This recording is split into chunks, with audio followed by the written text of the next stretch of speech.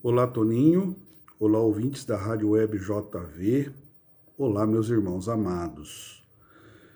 Quero falar com vocês a respeito da carta de João, no seu primeiro verso, no seu primeiro capítulo, do verso 5 ao verso 10. Ora, a mensagem que da parte dele temos ouvido e vos anunciamos é essa, que Deus é luz e não há nele treva alguma. Se dissermos que mantemos comunhão com ele e andarmos nas trevas, mentimos e não praticamos a verdade.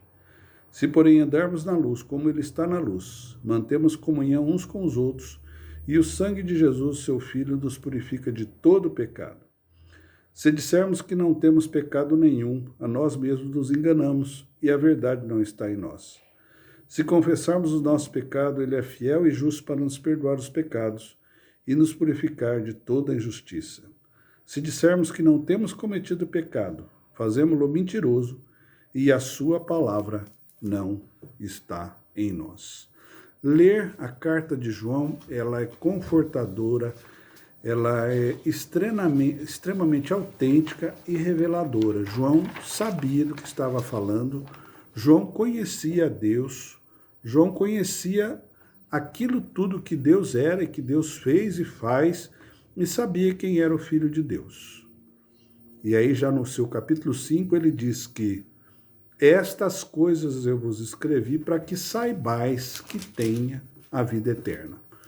Ou seja, João conhecia Deus, João teve uma experiência, ele diz que o olho viu, as mãos tocaram, ele esteve com o próprio Jesus, ele conviveu com Jesus, ele viu todo o processo, mas ele se esforça em nos dizer que nós também podemos ter a mesma experiência que ele teve. E nessa carta, ele dá algumas provas, alguns indícios claros de quem é do povo de Deus e quem não é. E, ou seja, ele está dizendo, olha, eu sei quem é Deus, mas eu preciso dizer se você é do povo de Deus ou não. E eu quero, então, aqui traçar algumas provas que indicam quem é do povo de Deus, ou seja, você pode se autoavaliar e ver se você faz parte do povo de Deus ou não. A primeira prova, e no capítulo 1, no verso 2, está bem claro lá, é a prova doutrinária. Ou seja, todo aquele que crê que Jesus de Nazaré é verdadeiramente homem, verdadeiramente Deus, é o Filho de Deus que veio para nos salvar, que Jesus é uma pessoa, que Jesus veio em carne, que teve um título, que teve um nome e que fez o que fez, todo que crê nisso faz parte do povo de Deus. E essa questão é um decreto, não é um sentimento, não é uma situação, não é uma condição, mas é um decreto. Se você crê, Deus decreta, este faz parte do meu povo. É um decreto, não é uma condição. A segunda prova é a prova da obediência. Ou seja, Deus é luz, Deus é amor, Deus é paz. E todo aquele que faz parte do povo de Deus vive como Deus vive, como Deus é, ou é como Deus é. O Rebanhão tinha uma música muito interessante, antiga essa música, que dizia, todo filho se parece com o pai. E você que diz ser filho de Deus, em que você parece com seu pai? Né? Deus é luz e quer que nós não andemos nas trevas. É a prova da obediência, a prova moral, a prova ética. Como que alguém pode ser do povo de Deus se não tem essas condições? A terceira prova é a prova social, né? A Bíblia diz, João diz que como que eu posso amar a Deus que não vejo se eu odeio ao meu irmão que eu vejo? Né? Como eu posso afirmar que Deus é luz, que Deus é amor, sem ter comunhão com os outros? Né? Ninguém que anda na luz está fora da comunhão. Ou seja, essa é uma prova social de relacionamentos. Os desigrejados, os adoradores da internet, o evangelista de WhatsApp, Os membros de igreja, simplesmente membros que não têm comunhão uns com os outros, infelizmente não se enquadram dentro daquilo que João disse que se enquadram os filhos de Deus. E a última prova é a prova do reconhecimento da própria natureza, né? Qualquer que se confesse pecador é de Deus. A psicologia tem feito tudo para negar isso. Ou seja, você sempre tem um problema e você nunca tem um desvio de seu caráter, você não tem um desvio de fé, de comportamento, mas você tem um problema. É preciso tomar cuidado com isso.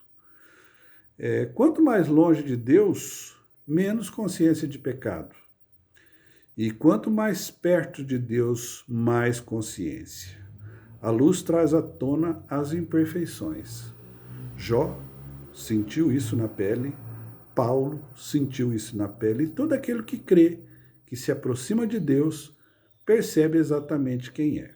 Né? Quando Pedro vê aquele milagre da multiplicação lá dos peixes, quando ele fez aquela pesca maravilhosa, né? Ele chega para Jesus e fala, eu não posso ficar perto do Senhor. Eu não sou digno sequer. Por quê? Porque naquele momento traz à tona quem era Pedro e com quem que ele estava lidando. Né? Quem diz que não tem pecado vai ter alguns problemas. O primeiro deles é o auto-engano, porque nós somos pecadores, a nossa natureza é má. Embora queiram dizer isso o tempo todo, ao contrário, mas não, a nossa natureza é má. Se engana e engana as pessoas também. Tem mais, faz de Deus um mentiroso, porque Deus diz que nós somos pecadores. E por isso ele mandou seu filho para morrer por nós. E o outro problema é que permanece no pecado. Quem é de Deus confessa o seu pecado. Ou seja, como que eu posso identificar alguém se ele é o que ele diz ser ou não? Pela prova doutrinária, pela prova moral e ética, pela prova do reconhecimento da própria natureza, pela prova social.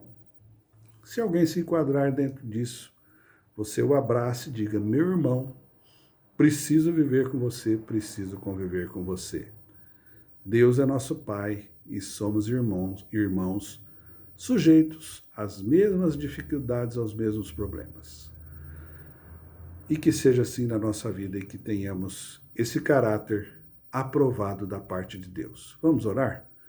Senhor, nós cremos em Ti, cremos em Jesus, Filho de Deus, que morreu para nos livrar dos nossos pecados, para pagar o título de dívida que havia contra nós. Agora, Deus nos ajude para que possamos cada dia ser mais parecidos com o Senhor, que cada dia mais tenhamos a Tua natureza. Nós oramos em nome de Jesus. Amém.